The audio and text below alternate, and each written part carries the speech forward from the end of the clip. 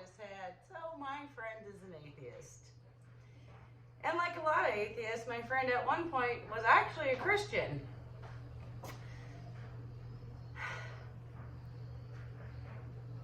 See, my friend has clinical depression. And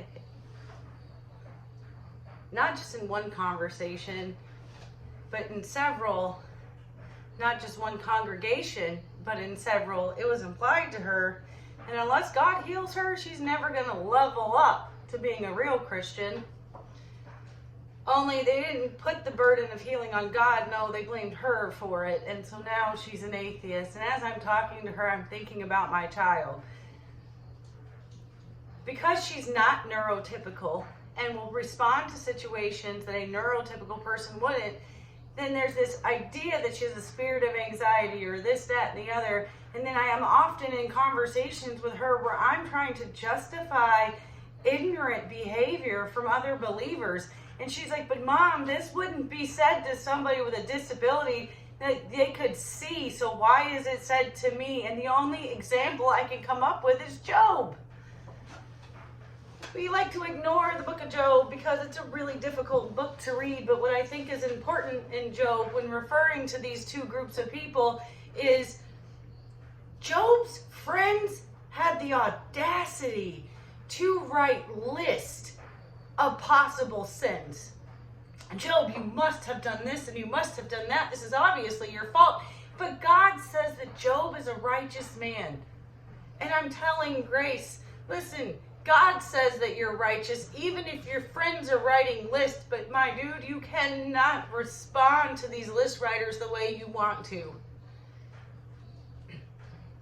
If nothing else, respond correctly. Now, see, I've made enough emotional investment into my kid that I can say this to her. And there's a relationship part where I can say that to her. And this isn't acknowledged enough. You know, not too long ago, I actually heard somebody say, Jesus rebuked people. He said, "Get behind me, Satan," to Peter. That was a hard thing to say. And it was justifying themselves and saying, well, I'm allowed to correct people because Jesus did it. But what it did was it ignored this entire relationship between Jesus, I can't speak English right now, Jesus and Peter. Jesus had really poured into Peter, and Peter knew that Jesus loved him and that he was important and that this wouldn't have been said if it wasn't for his benefit. If we haven't made this investment into somebody, rebuking them is not going to be heard. And when they don't hear it, we don't get to pass the ball over to the enemy. We have to just acknowledge that this relationship wasn't ready for that yet, and we need to come back and talk to this person, because the Bible tells us how to handle conflict between two believers on purpose, because it's almost like God knew we were human. Our relationships are lazy and meaningless, and it's hurting people.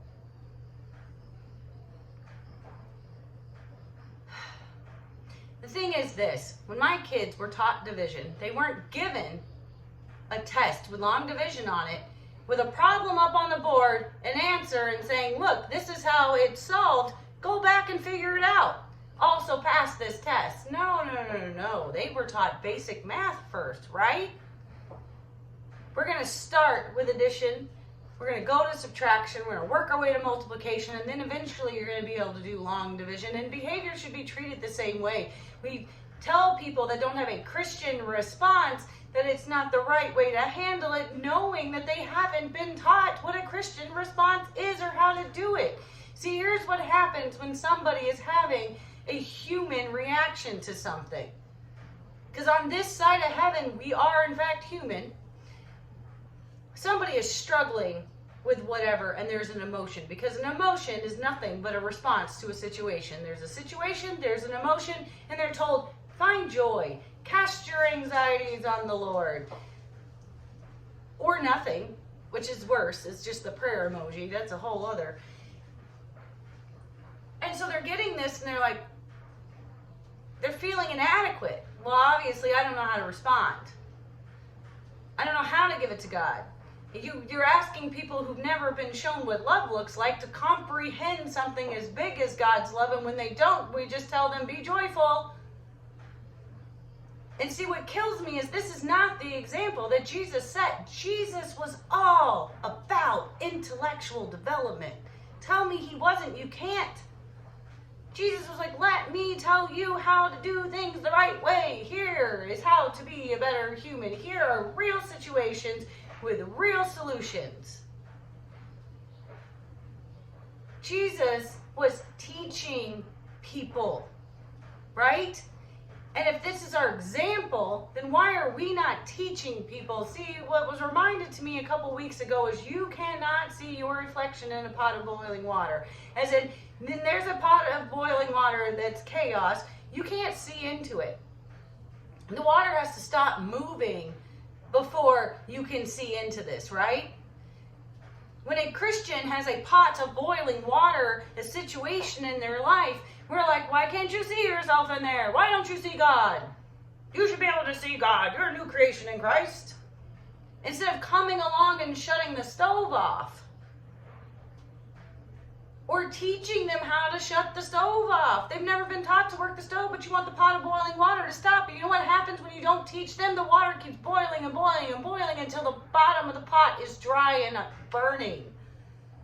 We're failing in relationships. See, in order to get to a point where you can rebuke somebody the way Jesus did, there's emotional investments that need to take place. There's actual acts of service that have to happen. There's interactions outside of the congregation and outside of church and outside of Bible studies that need to take place. There's meals to be had together. There's things to do together and for each other. And then you're in a place where there's enough trust that you can be like, hey, I'm telling you this because I love you. But instead what we do is we go, you shouldn't do that, and skip the other part. And when they're upset about it, we say it's the enemy deceiving you. There's a spirit or whatever involved in this. It's not my fault for violating your boundaries and speaking out before we had a relationship. And then we use Jesus as an example. This idea that the enemy is the opposite of God and has more authority than what he does is an excuse to get out of acknowledging our human error sometimes. And we need to be very careful about, one, giving that full credit, two, just ignoring our part. See, the Bible is full of examples of humans responding to situations as humans. David screaming in his sin is a human response. It was an emotion attached to a situation. When Jonah pitches a fit and takes off angry, Moses, y'all. When Jeremiah goes through all the stuff Jeremiah goes through and says things like, I should have never left the womb, I have a little bit of empathy for Jeremiah because I see everything that it took. I see where he's tossed in a cistern. And I'm like, yeah, man, that's rough. But when it comes to like an actual person in front of me, sometimes I don't always extend that same grace because I haven't seen all these other things. I see Facebook, which isn't real. Because there's no actual relationship between me and the person where I know them on a real intimate level, I form a wrong opinion. We're failing in relationships. We're failing to actually, do what Jesus showed us. And that's teaching and serving and handling problems. When the disciples were like, yo, man, it's getting late and these people are hungry. Jesus didn't sad react on Facebook. He made a meal and fed them. He filled the need. And see, we don't do this enough. We hide behind emojis. We hide behind sad reacts. We hide behind verses that we take out of context. We imply that people can solve their own problems, and we say ignorant things like, don't worry. Or, the Lord doesn't give you more than you can handle, which is an absolute lie. Yes, he does all the time, so we're dependent on him. That's the purpose in being in relationship with God. You're absolutely going to be given more than you can handle. Good news is you're not doing it by yourself. But if you've never taught somebody that, why would they know that? When there's a situation and you don't know what to say and you feel that this response is appropriate, you're wrong. If you're uncomfortable putting words out into this person, you're uncomfortable saying something because you don't know what to say, imagine how this person in this situation must feel. We're failing each other. At the same time, we're calling for a revival. Our relationships that haven't been restored aren't being handled, but we want a revival. Our relationships with the people in front of us aren't real relationships. They're emojis and Facebook statuses and rebuking people we weren't ever in relationship with to begin with, but we want a revival. How does this make sense? See, in John 13:35, it says, by all this, you are my disciples, if you have love for one another. Can we really be disciples if we're not discipling in a way that shows people that we love them? Telling people to be unoffendable while you offend them because you haven't poured into them is not discipleship.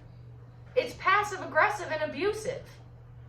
Telling people that because God has not healed them, it's their choice, and casting them out of the church is not discipleship. Putting timelines on people's healing because they keep coming up for the same prayer and there's no breakthrough is not discipleship. Why are they not having a breakthrough? Let's go to that. Let's get to that. Dude, I've noticed you've been here 20 weeks in a row and you're still struggling. Can we talk about where this is coming from? Can I take you to coffee? Instead of saying, listen, Melissa, your kids are blessings. Find joy. You're not allowed to be upset as a mother and ignoring the fact that Melissa's only adult interaction is 5 minutes before church while she's trying to wrangle all these kids into a chair before worship starts and she's getting coffee and saying, hi.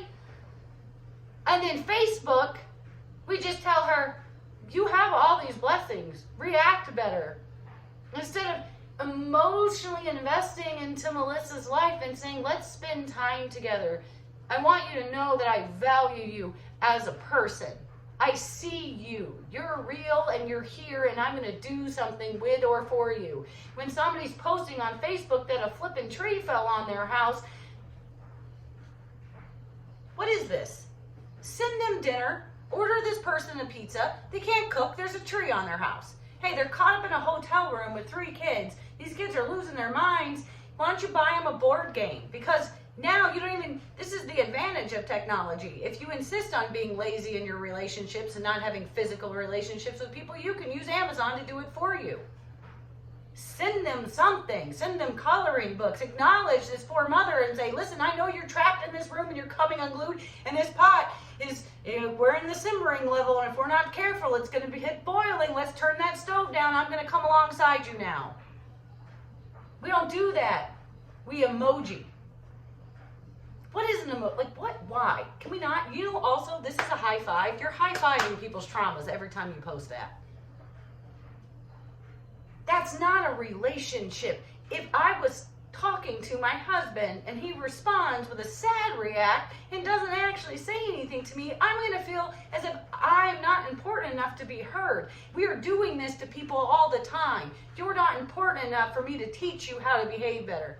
You're not important enough for me to acknowledge that right now the emotion attached to this situation is a big one.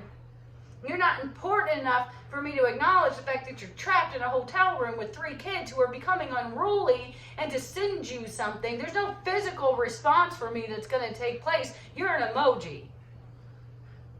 Stop yelling about wanting a revival when we're failing in relationships. Why don't we learn how to go back, relearn relationships, and then we can focus on a revival? It can be no revival if there are relationships that haven't been restored. Take care of the people who are in front of you, and now we can branch out. But if we're failing the people in front of us, what is the motivation for the people out here to come in? There is none. We can do better. We're choosing not to. And the thing is, we have multiple examples of relationships We ignore how valuable they are. We ignore the fact that Jesus felt the need to have disciples because relationships are important. We ignore the fact that Eve was created with Adam. At the beginning of creation, there was no veil between Adam and God, and yet he made Eve anyway to show us from creation that we need other people with us. A man who isolates himself seeks his own desire. He rages against judgment. That's Proverbs 18:1. And this is slightly out of context, but don't you come at me for it, because I'm going to explain myself. When we cast people out, when we don't come alongside them, eventually they end up on their own. And when they're on their own, they start slipping back into the world. And sometimes as far as atheism, if the church is birthing atheisms, we are failing in relationships. There is a physical response and a call to action between us and other believers that we are ignoring. We're giving the enemy credit for friendly fire when it's human error, and it's not okay.